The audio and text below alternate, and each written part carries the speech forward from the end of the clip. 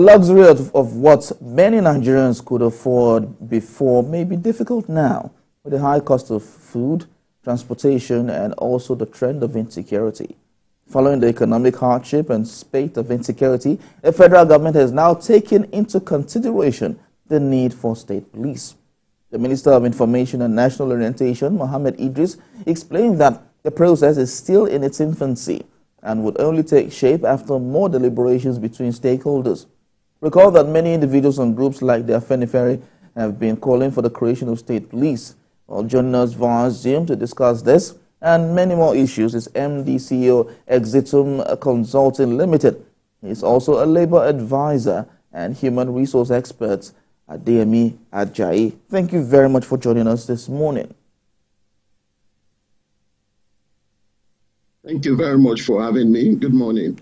Good morning. All right, so like one of the newspapers asked a question, and I'll ask you that question. State police, to be or not to be? What do you think? Yeah, I think it's long overdue. As a nation, we ought to have state police and federal police, just like we have in other advanced environments. And the reason for that is basically that state police are more granular. They have in-depth approach into fighting crime. It's more like a communal police. And to a very large extent, they have the capability to be able to identify crime and also check the trend within their local communities. So I think it's long overdue, and I don't think it should be something to discuss for long before it's been implemented in Nigeria, considering the current and the recent happenings that we have all over the country. Well, Mr. Jai, if you are affirming that state police is the way to go, is there anything wrong with the normal policing system that we're having at this time? Many things are wrong. Okay. One of the things that I believe is that there are no grassroots policing, at this moment. With state police, the state understand the security architecture, within their environment. And this will give leverage for the states to be able to muzzle more power in creating in-depth security assessment in their various states. So I strongly think that the current policing capacity does not inch to that. And if you ask me, by my own estimates and data analysis, I will tell you for now, we have one police to 595 Nigerians, which is below the United Nations standard of 100 people to one police. So I think state police will help to boost this and help us to realize our security goals. But there are concerns about this implementation or putting state police in different communities, and some people have opined that politicians will take advantage of that to use the state police for their own advantage. Do you think this is a valid excuse? Yes. Currently, let's even look at the police distribution in Nigeria. If you look at the police distribution in Nigeria at the moment, we have more police being attached to the VIPs, so to say, than to you and I. So it may be taken advantage of. The only thing is there should be a central framework that controls the policing system. And that is where there can be equibalence in terms of what the state wants to do and what they are limited to doing in terms of the policing architecture. All right, Mr. Ajayi, let me quickly come in with this particular one, because some political pundits, like my colleague rightly said, that the politicians will use it as an avenue to also use it to favor them. But let's look at the angle of police welfare, funding, and some other issues. Don't you think the federal government should also be talking about all this, about equipment for the policing in Nigeria? What do you make of this? Well, Nigerian police, I'll tell you, is one of the least equipped in the world, if you want to hear me. That's based on my own personal research, because there should be more focus on equipment, yes. There should be more focus on training. I know the current administration is out to train a lot of police, to recruit more. There's a target to recruit about 40,000 additional policemen. But however, if we're talking about the deep-rooted impact in various locations as far as the villages, I think to a very large extent that this fragmentation as the case may be, into state policing and also having deep dive into these various locations will help a lot. Some of these crimes, if you want to ask me, I mean, by analysis, you discover that they happen in the interior areas, and sometimes they come into town. But again, with state police, yes, there will be equipment, yes, there will be funding, yes, there will be training, but the reach is what state police will achieve more this time around. What is that particular reach? Can you break it down for us? Okay, let me give you an example. We have Lagos State, for example. State police, let's take Lagos. So let me just take Ekiti State where we have an incident. Okay, I love my state. Now, we have major cities having more concentration of policemen. In the interiors, you hardly find them there. You just find scanty policemen there. Now, with the state police, there can be better redistribution of these forcemen into the interiors, where I think some of these insurgents and criminals, they regroup from. That is some of their planning sites or locations. So with the state police, you can get into the interior parts of the states because the terrain is well understood by the leadership, the government of that state. Well, at this time that the issue of crime has gone a bit digital, how do we battle this with local policing? Well, what it will mean is there will be need to increase capacity in terms of IT knowledge. Permit me to say, I don't mean anything derogatory. The Nigerian police needs a lot of training in terms of technology. But let me also shock you to tell you that in Africa, in terms of technology architecture and capability to fight cybercrime, Nigerian police is one of the highly rated. However, in terms of building capability, yes, capacity, low. What I mean by that is they are capable of doing it. In terms of having huge capacity, there is need for training, there is need for funding, so that more of these policemen can go more into even cybercrime fighting and techs, which I think can help us. But looking at all of this, how do you think the having state police will impact on food security? It will help. There is correlation between this, positive correlation. Now, last year, upper year, there are crimes everywhere. In the north, where there are larger production of foods and all areas. But one thing that is not too clear is that we did not envisage that this food crisis will come the way it has come to us now. Let me give a typical example. When people have been prevented from going to their farms and all that, last year they couldn't go farming, they were being stopped by bandits, by insurgents and all that. Now we are just feeling the impact now. With the rise in the tariff of bringing food into Nigeria, it's now a double-edged problem for us. We are facing it from both local production and importation. Now with local police, we can free farmers from to go to their farms.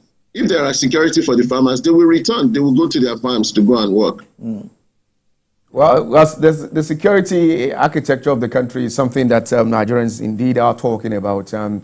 You have raised the hope of Nigerians that with the creation of state police, this will be done, that farmers can go back to their farmlands and also do the needful and what they know how to do best. Tell us more about this development that state policing will bring that confidence back to the farmers to be able to do the needful in the country. Yeah, okay. Thank you very much for that question. Let's look at these farmers who are afraid of going to farm because of insecurity. Some get kidnapped, some get killed. Now, with the state police, the security can be well distributed in terms of this security personnel. And let me also tell you, there's a communal dimension to state police, meaning within your community, you're bringing the police people there. they will be able to protect their people, protect the land, protect their assets, protect their vocation, protect their farms. And people will freely go to farm, knowing fully well that if anything happens, and I mean, it is somebody from outside, and they can, know how to react to that. But within the community first, they're safe. People can now go to the farm, having access based on the fact that there is security for them. They can't go to their farm freely. So I think there is this very strong correlation between that. Mr. Ajayi, these are Nigerians. We are not importing police outside the country. These are Nigerians who are regular police who also work in line with the agenda of state policing. What do you make of reorientation of the mindset of this set of people? You know what happens to SARS. So how do we get this confidence back to Nigerians that these people will perform to the point of ensuring the safety of lives and property of Nigerians? Now, let me quickly tell you something clearly. There is need for reorientation. There is need for training. But let's start from even the problem of recruitment. How do we get people into that force? Who are these people that we're bringing in? I think we should start from there. If we give reorientation, we don't fix the issue of entry into the force, then we'll come back to the same beat. So I think we should start from there. Again, in terms of reorientation, most times, even when people have reorientation, there is need for deep cultural change in the Nigerian police, so that we move from occupational police to a professional police. We have professionals that are police, no doubt. But of course, again, when I say occupational, some people go there as last resort. I can't go to school. The next thing for me, let me go and join police. That is not how it should be. It should be a matter of interest. It should be a matter of commitment. It should be a matter of love for that profession. Okay, so with reorientation, it may be a long-term plan, but it's something that... Okay, so from all you have said, all the way, I want to ask, should state police be under the current police system, the police infrastructure we have now? No, I think there should be synergy. The state should be allowed to manage the state police. And from the federal system, there should be an oversight. So I think that is the way it should operate.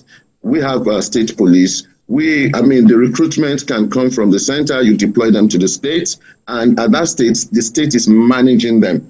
However, there is synergy in terms of oversight, so that we have a national security system in terms of policing, but being distributed across different states and geographical areas. So you talked about deployment just a minute ago. If the federal government is going to recruit them at the center and deploy them to states, won't it be counterproductive? Because you might be sending someone from Nasarawa State to go to a village in Ondo State. No, okay, let me explain this further. I'm from Ekiti State. We want to recruit police for my community. We are not going to pick, the state may not be the one to recruit. This person is good to be a police, so let him go and get a training. Let him get recruited from the center. Let him get trained there. Let him get equipped there. Let him be deployed to my community. I don't know if you get the flow. Okay. So that is the way I think it should work. Otherwise, the issue of favoritism, bad politics, it will infiltrate this program and it will make a mess of it. And you think it will not still happen even if the federal government does the recruitment? Well, it will be better controlled. If you have knowledge of how police is being recruited now, it's more advanced than what we used to be, at least for this year. I have engagement with them. I know it's more advanced in the sense that it's even more tech-driven now. You cannot bring your brother and say there are processes, there are tests, there are exams you need to go through. And if you don't pass through, you can't go to the next stage. It's automatic. It's something that, is clear, it's verifiable there. You will agree with me, Mr. Ajayi, that if the state police is fully implemented, it will give the power to the governors to dash out commands and give orders to this police. What do you think the federal government should also be doing to monitor, to put in check some of the abuses that may emanate from this development?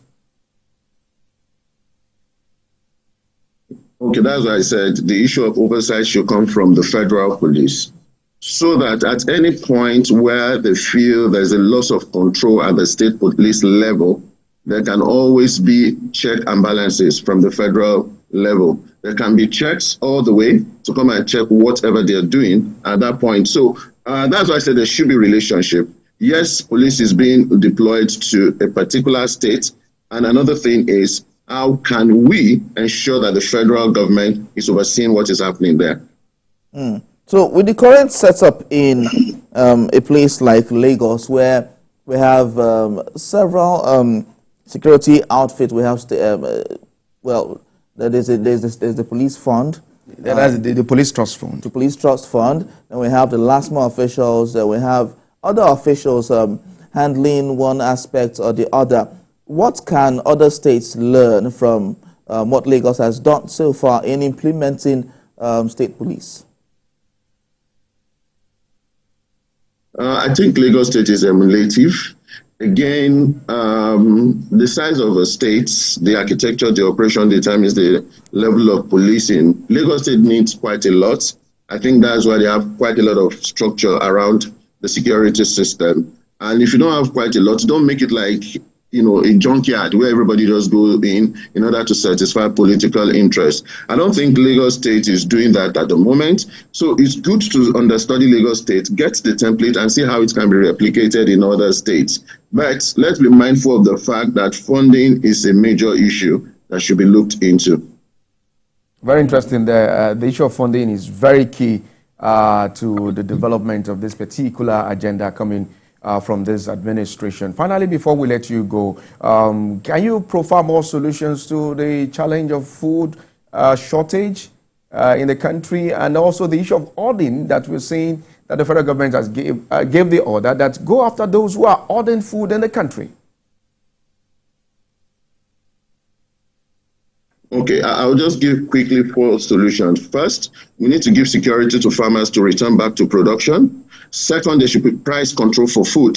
To a very large extent, we are our own enemies, fixing the prices the way it shouldn't be done. Third is for those who are ordering food, there should be cracked down on them and they should be severely punished, for that. Then fourth, there should be funding for agriculture.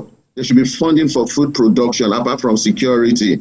Most of these loans go to the big men who don't use it for nothing.